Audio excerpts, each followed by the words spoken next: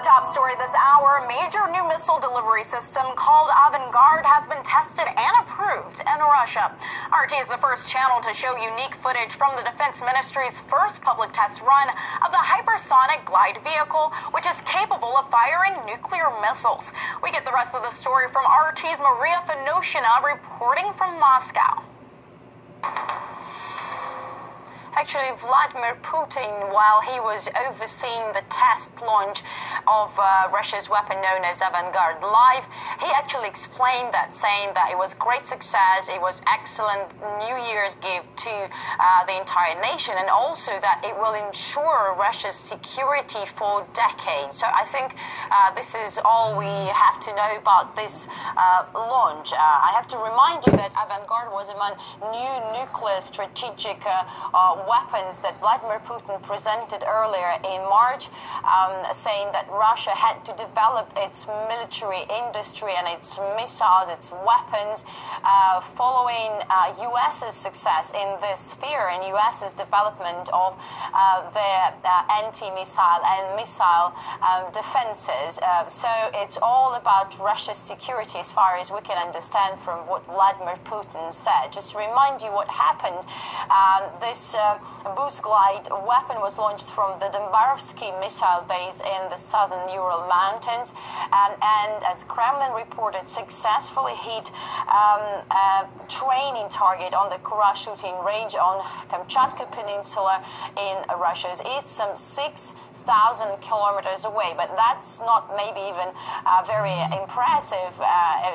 You've just said that this weapon is said to be able to circle the Earth in just 30 minutes, so 6,000 kilometers is nothing for Avangard. But its main feature, and a very important one, is that it is said to be able to maneuver while flying, while gliding, so that it can avoid missile defenses. So it is reported, and Vladimir Putin repeated it today after the launch, that it cannot be intercepted by the enemy's missile defenses. So it is almost uncatchable. And also we hear that it may carry a 2-megaton warhead.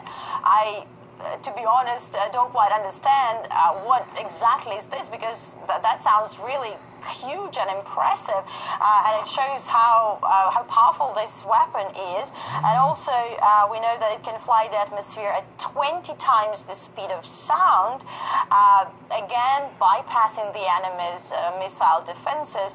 And Putin himself said that it flies as a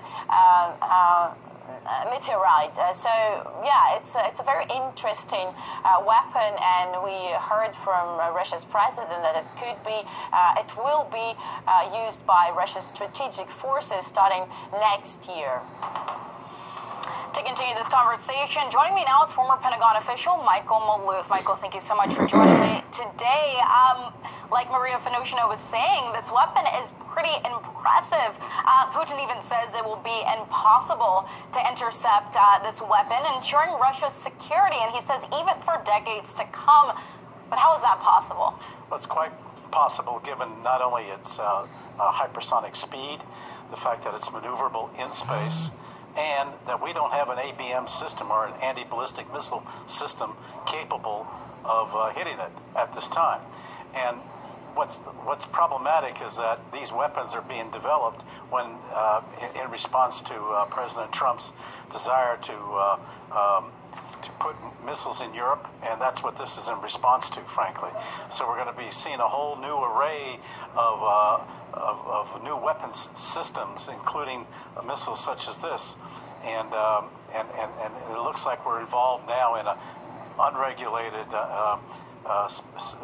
arms race once again, and this is unfortunate. With Russia now, although the U.S., as you're saying, doesn't have anything in place that can defend itself against this weapon, this new hypersonic weapon, do you think, though, in the next decade or so, the U.S. will try to come up with something that can intercept it? Well, intelligence probably was very aware of it. They're probably working on something now. The reality is we don't have anything now, and it'll take time. And given the turmoil in the budgets, the question is, will money be available? Money that has gone to finance wars could have been used to upgrade our capabilities, the U.S. capabilities, but that wasn't the case. So as a consequence, we're going to be leading from behind once again. Maria Finoshina, she mentioned some of the features of this missile. They include flying almost 4,000 miles away. The missile can withstand temperatures up to 3,632 degrees Fahrenheit. And according to Putin, obviously it can't be intercepted by any existing missile defense and can bypass the enemy's missile defense. So in what circumstances do you believe Russia would use this weapon? I think only if attacked. I don't think Russia, I think, would not attack on its own, but it's meant to be a deterrent. A deterrent simply because, given the ABM systems that the U.S. has deployed so far, it's actually threatened Moscow's and even China's nuclear deterrence. This has posed a national security threat to both of those countries.